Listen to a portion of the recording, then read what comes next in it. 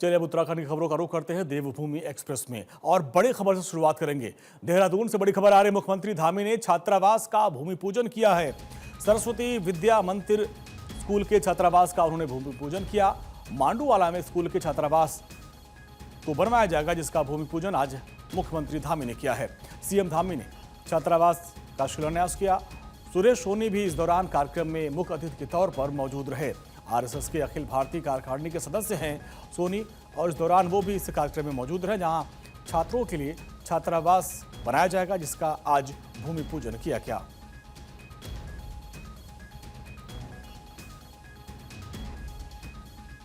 भाइयों बहनों, आदरणीय प्रधानमंत्री श्री नरेंद्र मोदी जी के नेतृत्व में आज हमारा देश शिक्षा के साथ साथ अन्य क्षेत्रों में भी तेजी से आगे बढ़ रहा है। जिसमें शिक्षा के क्षेत्र की अगर हम बात करें तो उसमें व्यापक सुधार किए जा रहे हैं। नई शिक्षा नीति भी हमारे आदरणीय प्रधानमंत्री जी की महान सोच का परिणाम है।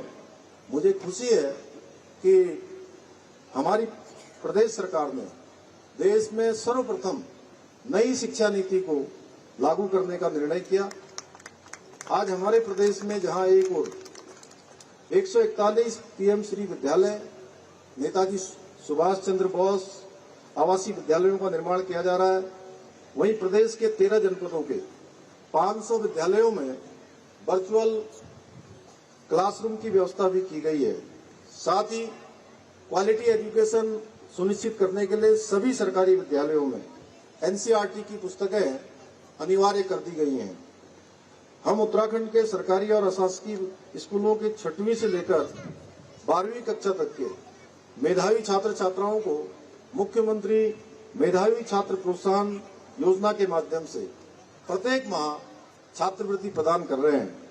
राज्य में बच्चों के व्यक्तित्व विकास के उद्देश्य से प्रत्येक विकासखंड के 10वीं और 12वीं के मेधावी छात्र और छात्राओं को भारत भ्रमण पर भेजने की शुरुआत भी हमने की है, जिससे कि ऐसे बच्चों को अन्य क्षेत्रों में जो विकास के, नवाचार के, अनुसंधान के, शोध के जो कार्य हो रहे हैं, उनको एक एक्सपोजर प्राप्त हो पाए। इसके अतिरिक्त आपदा, महामारी या दुर्घटना से प्रभावित बच्चों के लिए निःशुल्क स्कूली शिक्षा हेतु मुख्यमंत्री बालासाही योजना भी प्रारंभ की गई है।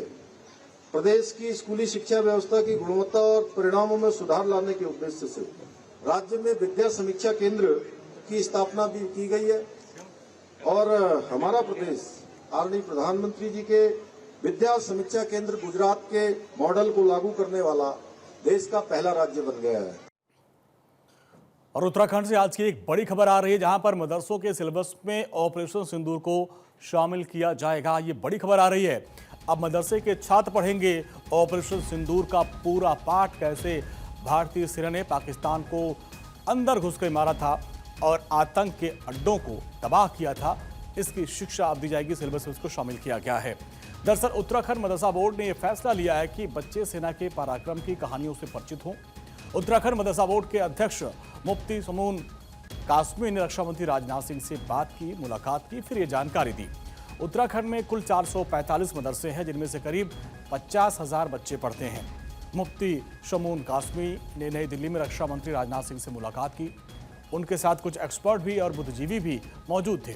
उन्होंने रक्षा मंत्री को ऑपरेशन सिंदूर की सफलता की बधाई दी। कासमी ने बताया कि उत्तराखंड सैनिकों की भूमि है। ऑपरेशन सिंदूर में हमारे सशस्त्र बलों ने बेजोड़ शौर्य का परिचय दिया। उन्होंने ये भी कहा कि देश की जनता ने सेना के शौर्य को सराहा। कासमी ने कहा कि मदरसों के बच्चों को भी सैनिकों की बहादुरी के बारे में अब पढ़ाया जाएगा। सिलेबस में इसको जगह दी गई। हमने वहाँ ऑपरेशन सिंदूर की सफलता पर देश को और देश की सरकार को और माननीय रक्षा मंत्री और माननीय प्रधानमंत्री श्री नरेंद्र मोदी जी को मुबारकबाद दी और उनकी सफलताओं का पर उन्हें शुभकामनाएं पेश की। और हम अगला जो हमारा कदम है वो ये है कि हम उत्तराखंड राज्य के अंदर, जैसा कि हम बहुत सफल तरीके से हम अपने मदरसों को मुख्य धारा से मेन स्ट्रीम से जोड़ रहे हैं, जिसे 60 साल में कांग्रेस ने अपने कार्यकाल के अंदर मेन स्ट्रीम से दूर किया था। हम माननीय मुख्यमंत्री श्री पुष्कर सिंह धामी जी के मार्गदर्शन में, उनके नेतृत्व के अंदर हम ये कोशिश करेंगे कि हम मदरसों के अंदर सफल ऑपरेशन सिंदूर को की गाथा को हम शामिल करेंगे। उत्तराखंड सरकार ने एक ऐतिहासिक निर्णय लिया है कि प्रदेश के मदरसों में अब ऑपरेशन सिंदूर को पढ़ाया जाएगा। हमारे साथ बातचीत करने के लिए वक्फ बोर्ड के चेयरमैन सादाब शम्स मौजूद हैं। सादाब भाई, ये एक बड़ा निर्णय है, ऐतिहासिक निर्णय है। आप किस तरीके से देखते हैं कि ऑपरेशन सिंदूर को मदरसों में शामिल किया जा रहा है? मुझे लगता है कि हम देवभूमि उत्तराखंड के साथ साथ हम सैन्य धाम भी है, जहाँ से हर घर से एक बच्चा सेना में है, जहाँ की माएँ अपने बच्चों को पैदा होते ही दूध के साथ साथ वीरता भी पिलाती है, उन्हें देश पर न्यौछावर होने का जज्बा भी पिलाती है। मैं ये मानता हूँ कि जिस प्रदेश के गवर्नर लेफ्टिनेंट जनरल हों, जिस देश का मुख्यमंत्री एक सैनिक पुत्र हो, तो उस प्रदेश में जिसको सैन्य धाम कहते हो, अगर वहाँ हर मदरसे में, हर स्कूल में ऑपरेशन सिंदूर नहीं पढ़ाया जाएगा तो फिर कहाँ पढ़ाया जाएगा? ये हमारी सेना की वीरता को, हमारे शौर्य को बताता है। और मैं इसलिए ये मानता हूँ कि बहुत ईमानदारी के साथ जो भी सेना ने शौर्य किए हैं, उन शौर्यों को, उन जो हमारे रियल हीरो हैं इस देश के ऊपर, जिन्होंने अपना सर्वोच्च न्यौछावर किया है, जो देश के लिए बैटल्स जीत के आए हैं, उनको हमारे बच्चे भी पढ़ें। उत्तराखंड वक्फ बोर्ड के 117 मॉडल मदरसे हैं जिनको हम मॉडर्नाइज करने जा रहे हैं। उनका नाम हमने डॉक्टर APJ अब्दुल कलाम साहब के नाम पे रखा है। तो जो उत्तराखंड विद्यालय शिक्षा परिषद है, वहाँ पर भी ऑपरेशन सिंदूर यानी कि सैनिकों की गाथाओं के बारे में पढ़ाया जाएगा और इसके लिए तैयारियां जो है शुरू कर दी गई है। अपने सहयोगी मनबर रावत के साथ हरीश थपलियाल, भारत 24, देहरादून। और हरीश थपलियाल हमारे सहयोगी हमारे साथ देहरादून जुड़ रहे हैं। हरीश, एक बड़ा कदम है ये, इसको लेकर क्या प्लानिंग है? कब से, इसी सत्र से इसको लागू किया जाएगा? इसको लेकर क्या, किस क्लास में पढ़ाया जाएगा? थोड़ा अगर विस्तार से बताएं तो। अंजलि, देखिए, ये उत्तराखंड की धामी सरकार का एक बड़ा फैसला है और ऐतिहासिक भी इसको कह सकते हैं, क्योंकि उत्तराखंड का जो सैन्य पृष्ठभूमि है, इसके एक कह सकते हैं कि उत्तराखंड को सैनिक भूमि भी कहते हैं, सैन्य भूमि भी कहते हैं। तो इस लिहाज से ये महत्वपूर्ण हो जाता है कि हाल में ही जब भारत और पाकिस्तान के बीच में तनाव हुआ, जिसके लिए बाकायदा एक ऑपरेशन सिंदूर चलाया गया, उसके बाद से, उसकी सफलता के बाद से सरकार ने ये फैसला लिया है कि उत्तराखंड के जो मदरसे हैं उसमें ऑपरेशन सिंदूर का पाठ पढ़ाया जाएगा। यानी कि उसमें जो जवानों की, सेना के जवानों की जो शौर्य गाथा है उसका पाठ पढ़ाया जाएगा। करीब 400 से ज़्यादा यहाँ पर मदरसे हैं। वक्फ बोर्ड के पास करीब 117 ऐसे मदरसे हैं जो मॉडर्न मदरसों के रूप में विकसित हो रहे हैं और इन सभी मदरसों में ऑपरेशन सिंदूर का पाठ पढ़ाया जाएगा। इसकी टाइमिंग बाकायदा फिक्स कर दी गई है। सुबह 8 बजे से 1 बजे के बीच में ऑपरेशन सिंदूर का पाठ यहाँ पर पढ़ाया जाएगा, जिसके बाद से पूरे प्रदेश भर में एक उत्साह का माहौल है और जो कह सकते हैं कि जो उत्तराखंड के सैनिक परिवार है उनमें बेहद खुशी है। और क्योंकि उत्तराखंड का एक अपना एक ऐतिहासिक महत्व रहा है कि यहाँ से कह सकते हैं कि प्रत्येक परिवार से सेना में लोग मौजूद हैं, देश की सीमाओं में अपनी सेवाएं दे रहे हैं। खुद उत्तराखंड के जो मुख्यमंत्री हैं उनके पिता खुद सैनिक रहे हैं और ऐसे में ये बेहद महत्वपूर्ण हो जाता है कि यहाँ का जो पठन पाठन का कार्य है उन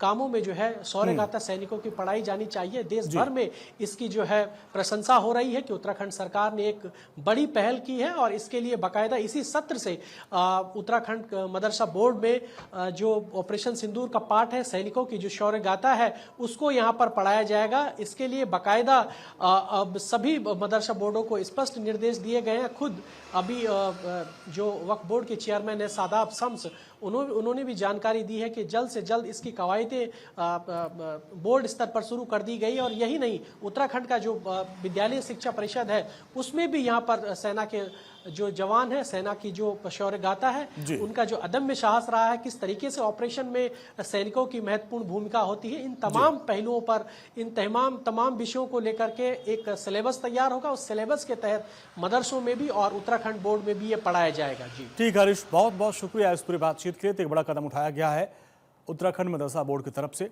आगे बढ़ते हैं। विधानसभा अध्यक्ष ऋतु भूषण खंडूरी ने कोटद्वार में कोडिया चेकपोस्ट के जीर्णोद्धार का लोकार्पण किया है। इस दौरान additional SP Chandramohan Singh, police वरिष्ठाधिकारी निहारिका सेमवाल समेत बड़ी संख्या में बीजेपी के कार्यकर्ता मौजूद रहे। इस मौके पर उन्होंने मीडिया से भी बातचीत की।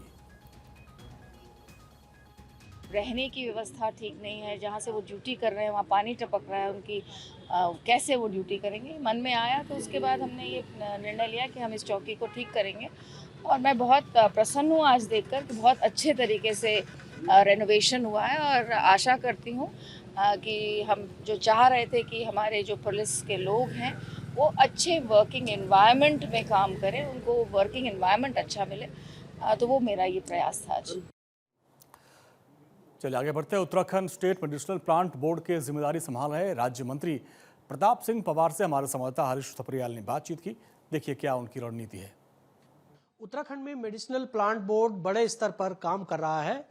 किस गाइडलाइन के तहत मेडिसिनल प्लांट बोर्ड काम करता है, मेरे साथ बातचीत करने के लिए राज्य मंत्री प्रताप सिंह पंवार जी मौजूद हैं, उनसे जान लेते हैं। प्रताप जी, स्टेट मेडिसिनल प्लांट बोर्ड कहते हैं कि उत्तराखंड में बहुत बड़ा लेवल पर ये स्कोप है कि यहाँ पर जो औषधीय पौधे हैं उनका बड़े लेवल पर यहाँ पर स्कोप है। किन किन जगहों पर, किन किन जनपदों में इसका बड़े स्तर पर आपको दिखाई देता है स्कोप? जी थपरियाल जी धन्यवाद। ये जो औषधीय पादप बोर्ड में जो हमारे जिन जिन पौधों को और चयनित किया गया है उसमें हमारे जो पहाड़ी क्षेत्र जलवायु के अनुसार इनको जो है चयनित किया गया है। पहाड़ों में जैसे दालचीनी होता है और नीचे मैदानी क्षेत्रों में ये प्लांट हमारा क्या बोलते हैं लेमन ग्रास भारी मात्रा में जो है किसानों को जो है उनकी आय बढ़ाने का काम कर रही है।